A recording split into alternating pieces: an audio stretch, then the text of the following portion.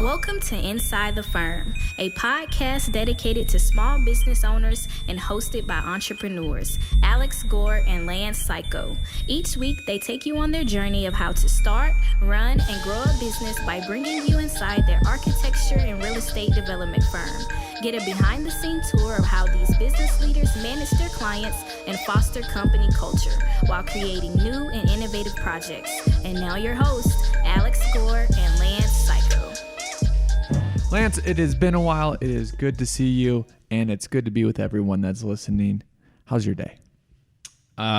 You know what? Today feels like an extra Friday. How about that? Because yesterday felt like a Friday. Yesterday felt like a Friday. I wonder if a lot of people feel that way. Who knows, man? It's like Groundhog Day around here, right? Quite the year. Quite the year. And we still got a couple months left to go. I think everyone believes that once 2020 is over, like everyone's going to celebrate. That was a terrible year. But I don't think 2020 is going to know that our calendar year stops. I'm not sure it's aware. That's what my wife keeps saying too. Is like, I don't think you can just count on instant. And I go, well, I don't know. But everyone has that in their heads, even me. But 2020 is going to be like, I don't care about your January 1st. Did I care about anything else? No. I'm coming to 2021. That is correct. So there's your little bit of sunshine. But if you want real sunshine, that is knowledge. Knowledge is power. And where you get that is from learning Revit. If you don't, or if you want to get better at it, go to revitrocketship.com. That's where Lance and myself, mainly me on this one, teach you how to draft, how to draw, give you our template, give you a whole bunch of insight. It's what everyone who starts at this firm uses. It's what we teach a lot of students and a lot of other professionals. revitrocketship.com. Yeah, speaking of the year, right? We are nearly 3/4 of the way through the longest year ever, but it's not too late to meet your goal of increasing your firm's productivity. That's right. ARCAT has the tools any size firm needs to compete, whether it's using ARCAT's powerful search to find product data, downloading high-quality specifications, getting the right BIM for your model, or using the patented Spec Wizard to configure specification in minutes. Best of all, it is free to use and requires no registration. So check out arcat.com. That's ARCAT.com today so you can start building better content. Awesome. And the last thing, you're going to need a computer to do all of that work. We recommend you give a Dell.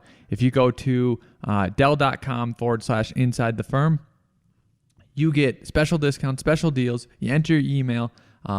If you want to save money, this is the way to do it. Go there, enter your email, get your code, and save. Why not? Make it happen. Make it happen. I'll tell you what you should avoid. I have a scenario for you, Al. Okay. B. Let's pretend that, for instance, okay, you meet with a client, potential client. Sure. Let's say you deliver a proposal within the 24 hours of what when we claim we're going to do it. Right? We meet with somebody. We have a rule here. Yep. You get a proposal out within 24 hours, if possible, right? And that's maybe a lot of Sometimes it's been impossible for me lately. Sometimes it's impossible because maybe you're dealing with the other engineers or design professionals that you need, or you need answers from the city. But let's say it's a single-family house in the Western Slope. It's going to be awesome. It's an easy layup of a proposal for you in the sense of not a lot of people to coordinate besides you. Yeah. Let's say you deliver that proposal on a Friday. Then let's say you get a text message over the weekend. Yeah. And the text message just says, hey, proposal looks good. It's in PDF format, though. I would like it in Word format so I can redline it. What does your brain say to you, Al? Do you want my real answer? Yes. So it literally depends on the weekend. Remember when we are establishing this rule of like not communicating on the weekend? Correct. And it always depends on where the state of the economy is at, and then also the client too. Some clients I will talk to, like the ones that we're building for, on the weekend, it's not a big deal. Right, and also what you're doing. Like if you're in the mountains on a hike, I'm not going to ruin a hike. There you go. But if I just got a Starbucks and I'm in my truck, it's kind of an appropriate time. Yep. So I think what we've learned and the way to go about it is you give them a phone call. You give them a phone call and just start out the conversation. Say, hey, happy to chat about the contract. What are you what are you looking at, or what are you wanting to redline? And then start the conversation from there. That's what Al would do. Yeah. Which I think is the right way to go. But what I'm trying to emphasize with this hypothetical, it's all hypothetical, just kidding, it happened. But so is the word redline. So think about what that means in your terminology, right? If for any design professional or even just anybody who's reviewing like contracts and stuff, when I hear the word redline, I hear that it's a microaggression, right? For me, it's because it triggers like we're going to drastically change something. This is about correcting, not clarifying. Right. Or correcting, or I mean, it just gives when you're an intern, like literally your first day, and you produce a drawing and you get a whole bunch of red lines. Bloody mess. And it's like, you're wrong. Really, it's just, hey, teaching you standards and things like that. So can I talk about why that might be a sore spot? Yes. Or did you want to wrap up anything? I have this has happened before, and that's why I'm bringing it up, right? And it kind of made us a rule of thumb. But yes, please. Well, no. So I think keep going. So expand on that. So probably, maybe it was 3 years ago now, 3 or 4 years ago. This happened with another potential client, and I actually went down the rabbit hole and the wormhole, and I was like, yes, fine, we need the work. Redline it. And it was a disaster of an experience. It got very contentious because the red lines went back and forth. And really and what it proved to me was that when you have somebody who wants to do that, and I got to emphasize, redline your contract, they are looking, in my experience so far, to have it their way, or it's the highway. And I can say that because I went back and forth with the other person. This was 3 or 4 years ago, and it did not end well. We did not sign the contract. It ended up in a gross phone call of this person calling me and not being happy that I would just bend the knee. And so I tried Alex's approach and had the phone call, kind of did some soothing, some smoothing, some clarification. It was a terminology difference. In other words, redlining to me meant something vastly different than redlining to them. Redlining to them meant they just wanted clarification. That is vastly different. So we talked, and that's why a phone call, would be a good first step. Yeah. So we worked through it. Actually, ended up signing the contract. But then, and this is why the communication is so interesting. Alex brought up the idea of, okay, if I'm on a hike, kick rocks. If I'm pulling through Starbucks, okay, maybe I'll give you a call on a Saturday, something like that, right? Yeah. On Monday, we ended up signing, and then because I wasn't able to get back to somebody within the business day, then the contract was terminated, right? So there was no patience from the other end of things, and so let's say I would have been on the hike and I would have just texted back to the text, and I would have said, hey, it's the weekend. Happy to talk about this Monday. I think it would have went sour in that situation too. So the overall lesson, I think, is, before Alex gets into maybe why this was a sore spot or a soft spot, is however you got to get those red flags out of the way right away. Red lines are red flags. I promise you it's a red flag, even if there's a terminology difference. Well, because they are interviewing you as the architect or whatever service you're in, but it has to be a good fit for how your firm is structured, right? We've talked about building principles, business principles, business fundamentals, all that stuff. And I want to explore it in a different way to maybe illuminate this certain situation, right? So what are you doing when you're creating a business? And one of the things that we are doing is that we are creating an efficient machine for producing valuable work. That doesn't have to be other people. You can produce, just to explore the concept, like you can be an inefficient machine creating valuable work, but we choose to be efficient machine producing valuable work, because if we're an inefficient machine, it means that valuable work that we've built up and cultivated and grew through talent, through teaching, all that, can't go to the most amount of people, right? It can only go to those people that can maybe do an inefficient process, but get exactly what they want, right? So think about this with redlining and with everything. They might have like one or two of the points in the redlining might be like, oh, that's an okay way to do it. That's an alternative way of doing it. Sure. Just like building, that's an alternative way of doing it. A million ways right? to skin a cat. But we cannot make an efficient machine for valuable work if every single client is telling us an alternative way to do something, especially if our alternative way is just as good or even better because we've been doing this for a while. So think, for an example, about other companies, and in relation to other companies, it might now become more clear why we have this stance, even though we're not those big companies. You go to a phone. They have 4 phone plans for you. 4, maybe 5, because they understand that there's different things. People might want different plans. But you can't go to the phone company and say, oh, I want this from this plan, this from this plan, and let me look at the contract and let me redline it. They'd be like, no way. Even if it made completely sense. This is an excellent example. Even if it made completely sense, like, oh, I understand why you want this from this plan, this from this plan, and you want to take out this clause. But we can't operate like that because we can't give you the price per value if we customize it for everyone else, right? Yes.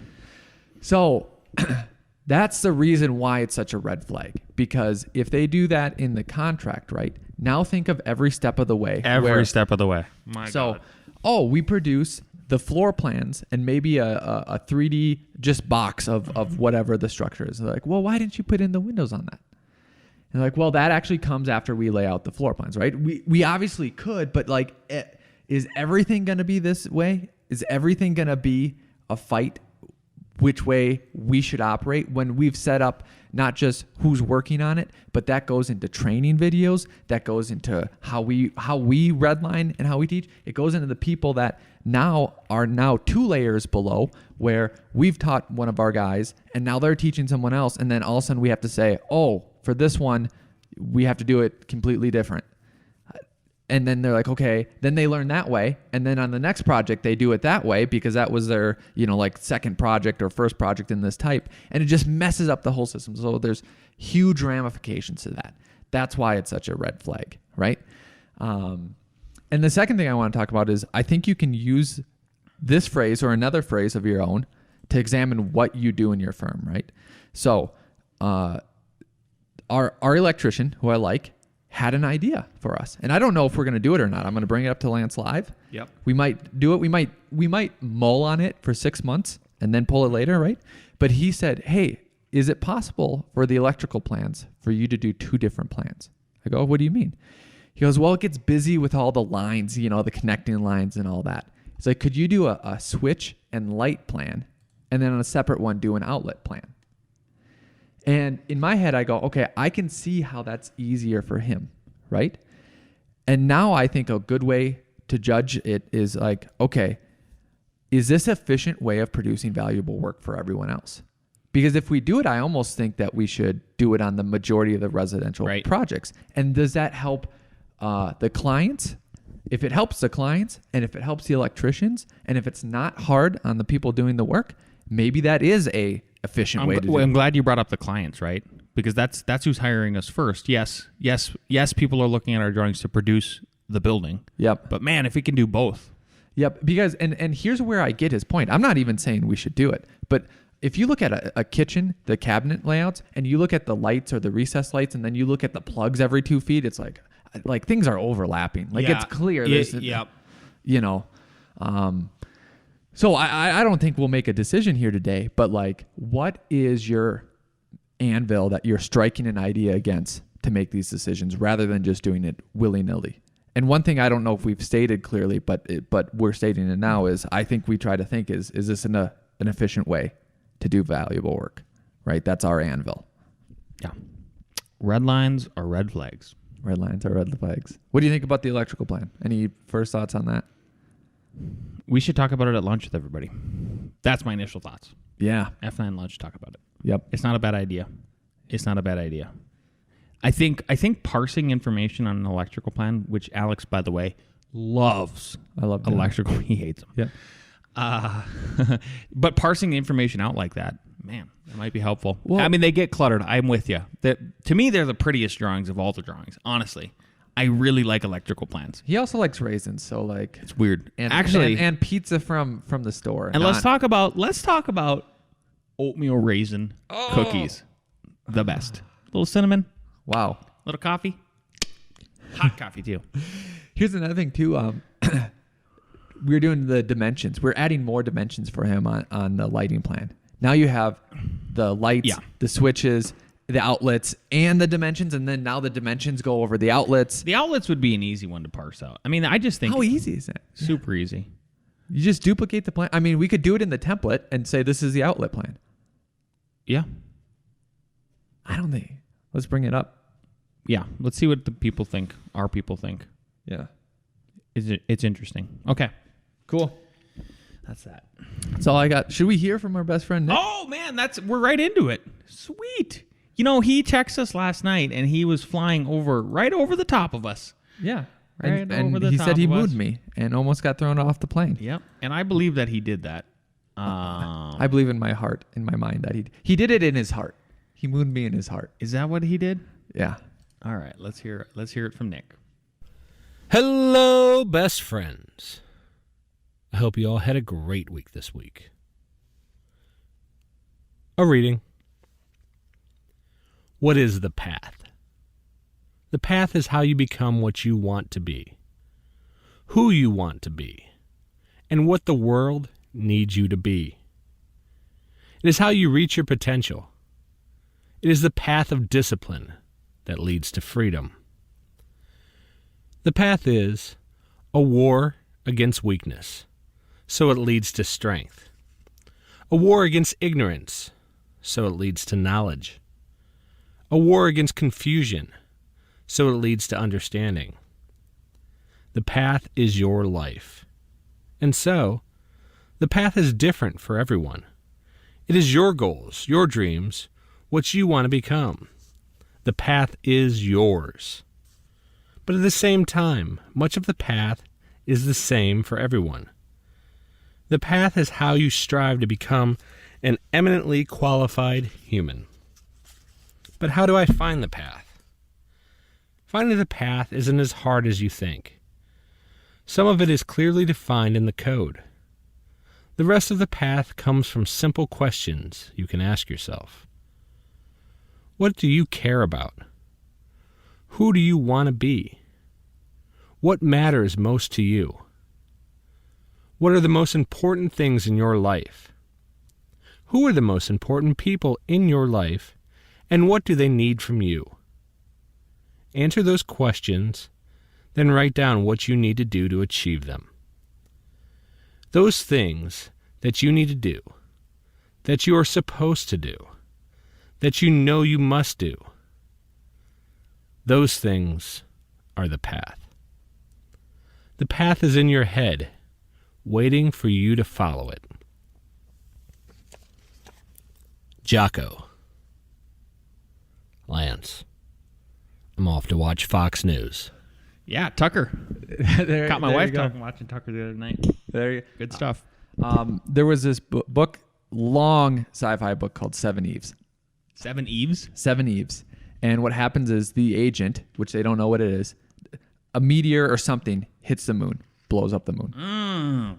Right? That's not good. So the moon fragments, and then all of a sudden its orbits decay, besides like a couple big pieces, and the hard rain happens and burns up all the Earth and destroys all the Earth. So it's about them trying to get a space station base so that civilization can survive the hard rain, which Earth will become unlivable for the next 5,000 years. Oh, that sounds bad. So the first part is about prep.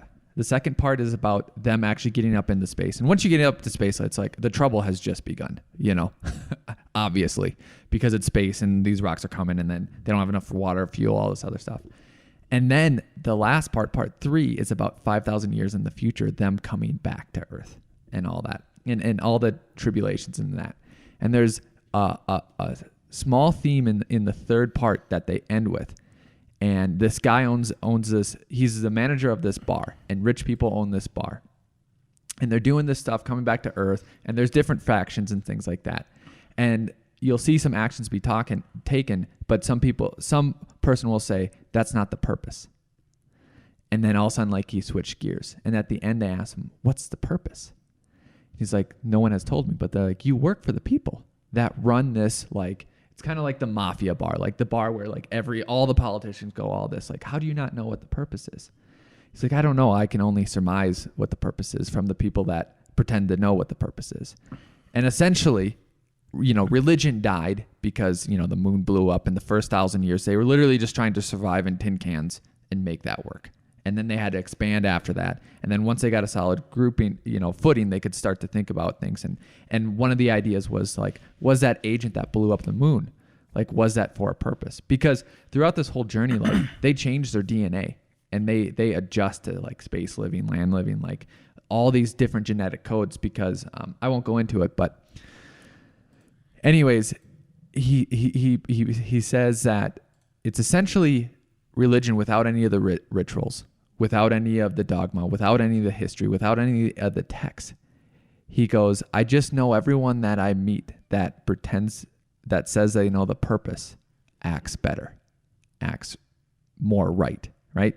And that relates to the Jocko talks about the path. This book talks about the purpose. And it was so powerful because this book was 30 hours long on Audible. Lord. So like, I'm only giving like a 2-minute snippet, but just think about going through this whole thing over 5,000 years. And like, it connects more in my mind than, just because of that experience. Are you describing 2020? Yeah.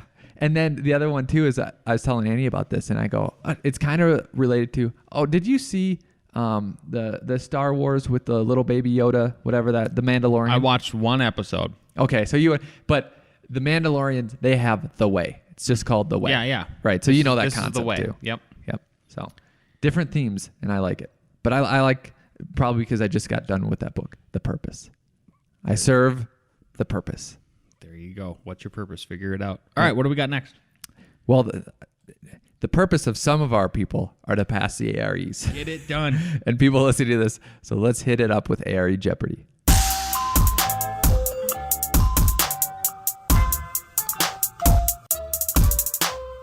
Alrighty, question number 1. You present a potential client with a proposal. They review it over the weekend and email back asking for a raw copy in Word format so they can redline it. How should you respond? A. Tell them to take a hike, but in not so harsh language. B. Explain that it's not company policy to release raw files and request a Zoom meeting or phone call with them to discuss what they want to redline. C.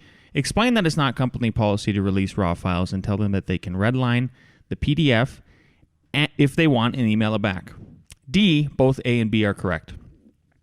This is the D, do we need a full repeat? That's what D says. Yep, that's what D is. That is what D is. No repeats? We're good? Okay, what do we got? We have B, C, D, and C. Ross is correct with D. Yep. So you have to listen to the first part of the podcast. A and B. Huh? Pandering. Yeah. What do you mean with Ross? I thought it was your client. It was our client that fell through. Yeah. So we got a allegation of pandering. We'll bring it up to the High Commission. Punishments will be severe. Right to the Senate. Number 2. While Japanese modern architecture is defined partly by its appearance, it always still is focused on what? A. Decoration. B. Function. C. Cost. D. Classical Western rules of architecture. How did I come up with this? Well, I did. The options are, the answers are possibly A. Decoration. B. Function. C. Cost. D. Classical Western rules of architecture. All right, what do we got? We have B, and B. The correct answer is B. There we go. Layup. Okay, number 3. Which of the following does the construction type not affect? Okay, construction type. A, building height. B, floor area. C, material. D, window area.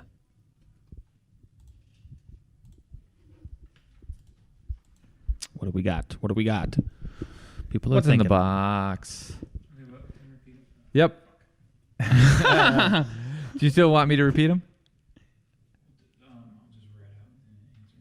Okay, perfect. So answers are, what do you got, Gresh? Floor area, nope. D, B, and D. Window area. So construction type, the building height, the amount of floor area, and then the material, concrete, wood. Does not affect. Yeah. Oh, you little Yeah. tricker. Tricky. That was Trickosaurus.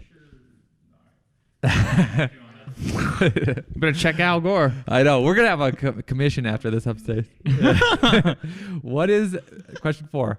What is the name of an electronically controlled valve that can rapidly open and close? Is it A, QSIP valve, B, mitral valve, C, solenoid valve, or D, pulmonary. Lance will say that. Pulmonary valve is D. Wow. Jason, he's really writing fast over there. I feel like he's got the answer. All right, Gresh. what do we got? A, C. C is the correct answer. Ross wins?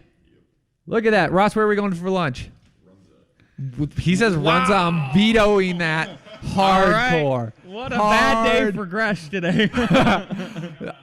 hard pass on Runza. Sorry, Runza. That can be, man. I think they throw Runza in Nebraska at you for free. We are never getting Runza as a sponsor now. Sad. If gonna you promote 'em. enjoyed this podcast, you will enjoy Revit Rocket Ship, where you'll get all the tips and tricks that all these guys know to make you efficient and amazing at Revit. Go to RevitRocketShip.com. If you haven't left us a 5-star review, check it out. Leave us a 5-star review today on iTunes. We'll talk to you next.